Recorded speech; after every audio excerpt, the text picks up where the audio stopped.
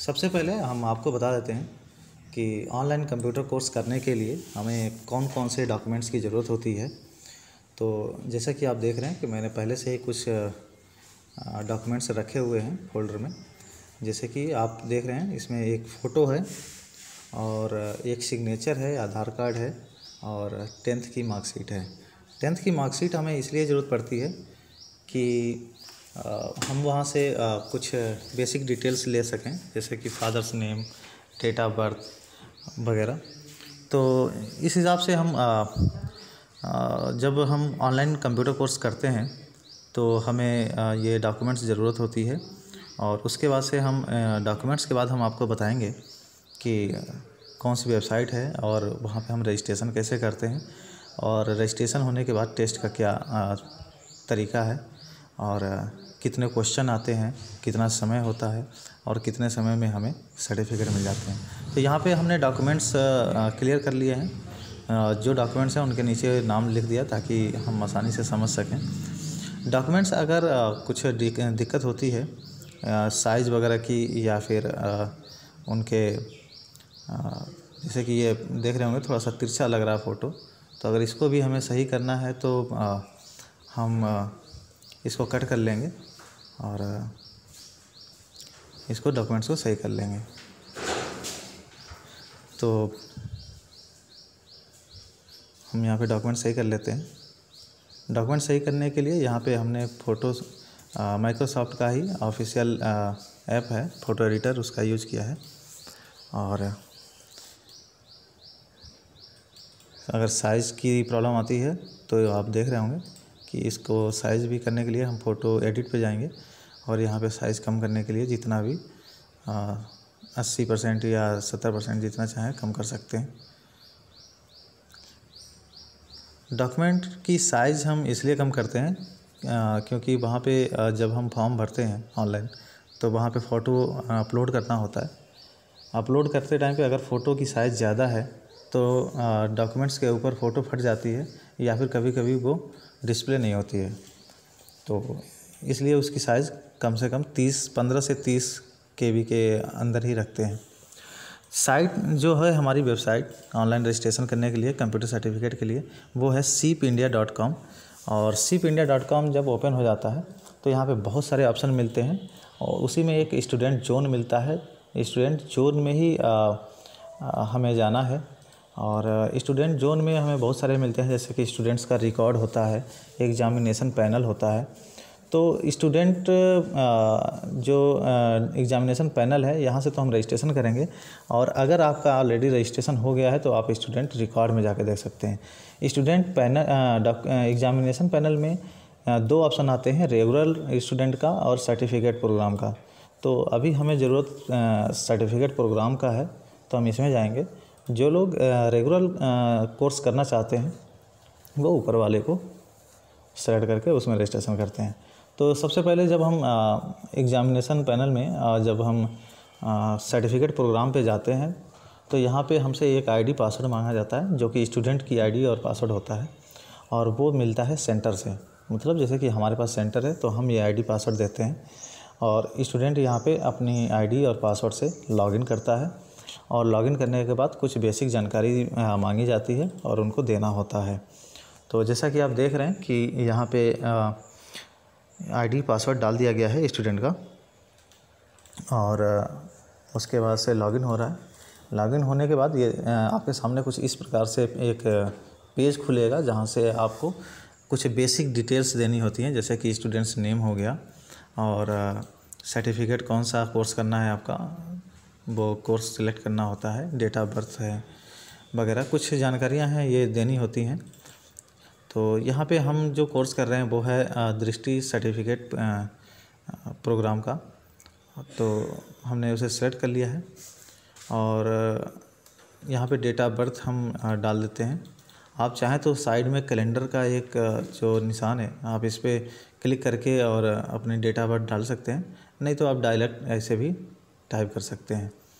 Male female select करेंगे और उसके बाद से अपना हाईएस्ट जो भी आपकी क्वालिफ़िकेशन है उसे सेलेक्ट करेंगे।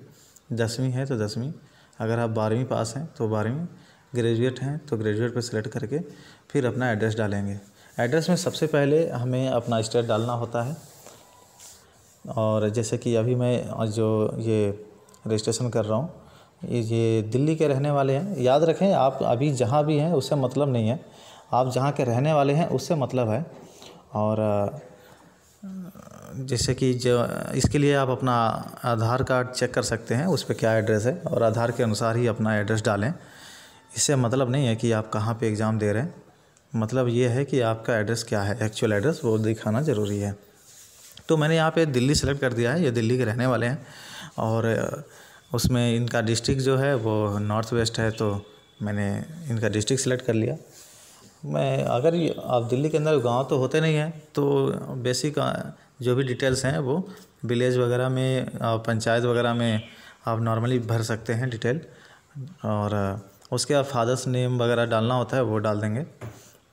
तो चलिए पहले यहाँ पे कुछ डिटेल्स डाल देते हैं एड्रेस, क्योंकि दिल्ली तो शहर है पूरा, तो उसमें पंचायत, ब्लॉक और ये विलेज नहीं होते हैं, तो हम फिर भी इसमें कुछ बेसिक डिटेल जहाँ तहाँ भर देंगे। उसके बाद फादर्स नेम का होगा। तो फादर्स नेम आप हाई स्कूल की मार्कशीट जो कि 10th की मार्कशीट में देख लें कि वहाँ पे आपके फादर्स का नेम क्या है, क्योंकि स्पेलिंग सही रखें, क्योंकि आगे आपके डॉक्यूमेंट्स में यह काम आने वाला है। तो फादर्स नेम आप आधार में भी देख सकते हैं, अगर सही है तो, और नहीं तो फिर अच्छा यही रहता है कि अपने 10th के मार्कशीट से ही आप फादर्स नेम या फिर डेट ऑफ बर्थ डालें। इससे फ़ायदा ये होता है कि आगे हमारे डॉक्यूमेंट्स क्लियर रहते हैं। तो चलिए मैंने इनका एड्रेस क्लियर कर दिया है, फादर्स नेम मैं भी इनका डाल देता हूँ।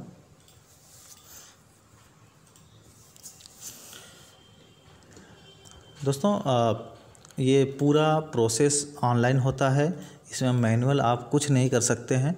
अगर कुछ दोस्त मेरे पास फ़ोन करते हैं कि उन्हें बैक डेट में सर्टिफिकेट चाहिए, या फिर कुछ और भी ऐसी सुविधाएं वो मांगते हैं जो यहाँ पे पॉसिबल नहीं है, तो मैं आपको ये बता दूं कि ये पूरा प्रोसेस ऑनलाइन है। इसे खुद भरना होता है फॉर्म को, और फॉर्म भरने के बाद तुरंत एग्ज़ाम देना होता है। एग्ज़ाम अगर आप पास होते हैं तभी सर्टिफिकेट मिलते हैं, ऐसा नहीं है कि आप एग्ज़ाम फेल हो गए और आपको सर्टिफिकेट मिल जाए।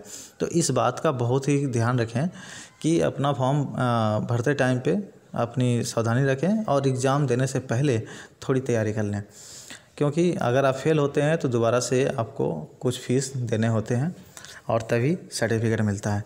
दोस्तों एड्रेस, फादर्स नेम डालने के बाद मोबाइल नंबर डाल दीजिए, और उसके बाद अपनी ईमेल आईडी डाल दीजिए। अगर ईमेल आईडी नहीं है तो आप हमारी सेंटर की ईमेल आईडी डाल सकते हैं। और उसके बाद से पूछता है कि जो आप एग्ज़ाम दे रहे हैं वो कहाँ पे दे रहे हैं, तो वो सी फ्रेंचाइजी कर देते हैं, और जो हमारा सेंटर है वो है IGV डिजिटल के नाम से, उसका नाम डाल देते हैं। अब आता है फ़ोटो अपलोड का।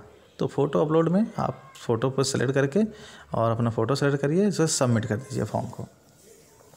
फॉर्म सबमिट करने से पहले एक बार केयरफुली देख लें कि सब सही है कि नहीं, और तभी सबमिट करें, क्योंकि फिर एडिट करने का बड़ा कम चांस रहता है। तो जैसे कि मैंने पूरा चेक कर लिया और उसके बाद मैंने इसको सबमिट कर दिया। सबमिट करने के बाद आप सक्सेसफुली जब रजिस्ट्रेशन हो जाता है तो इसमें स्टूडेंट प्रोफाइल और एग्ज़ामिनेशन के 2 कॉलम मिल जाते हैं। मैं आपको बता दूं कि स्टूडेंट प्रोफाइल आप एग्ज़ाम देने के बाद चेक कर सकते हैं, अभी चेक करेंगे तो कुछ दिखाएगा नहीं, तो पहले एग्ज़ाम ही देना होगा।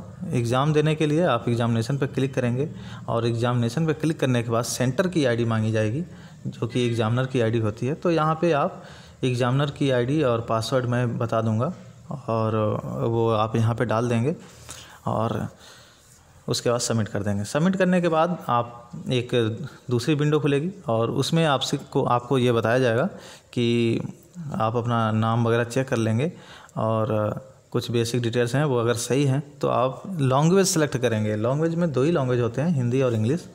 तो अगर आप हिंदी में टेस्ट देना चाहते हैं तो हिंदी सेलेक्ट करेंगे, अन्यथा इंग्लिश ही रहने दें, ज़्यादा उचित रहेगा। क्योंकि कंप्यूटर अगर हम कंप्यूटर की बात करते हैं तो उसमें इंग्लिश सबसे अच्छा रहता है, समझ में आता है। मैंने यहाँ पे अभी आपको दिखा रहा हूँ कि मैं यहाँ पे डायरेक्ट रिज़ल्ट दिखा रहा हूँ, क्योंकि मैंने यहाँ पे जब टेस्ट शुरू किया तो टेस्ट शुरू हो गया था, मैंने उस वीडियो को रिकॉर्ड नहीं किया, और मैंने वहाँ पे, क्योंकि उसे रिकॉर्ड नहीं कर सकते हैं, और डायरेक्ट मैंने यहाँ पे रिज़ल्ट दिखा दिया कि यहाँ पे ये पास हो गए हैं। और पास होने के बाद आप इस स्क्रीनशॉट को ले करके अपने कंप्यूटर में सेव कर सकते हैं या इसका प्रिंट आउट भी निकाल सकते हैं, क्योंकि जो सर्टिफिकेट होता है उसे मिलने में 1 दिन का टाइम लगता है। तो जब तक के लिए आपको रिज़ल्ट तुरंत मिल जाता है, जैसे ही आप अपना एग्ज़ाम सबमिट करते हैं, फाइनल करते हैं। 25 क्वेश्चन होते हैं और 25 क्वेश्चन करने के लिए आपके पास आधे घंटे का समय मिलता है और उसके बाद टेस्ट चालू होता है। जैसे ही आप फाइनल क्वेश्चन करके जमा करते हैं, रिज़ल्ट मिल जाता है। रिज़ल्ट को आप सेव कर लीजिए। सेव करने के बाद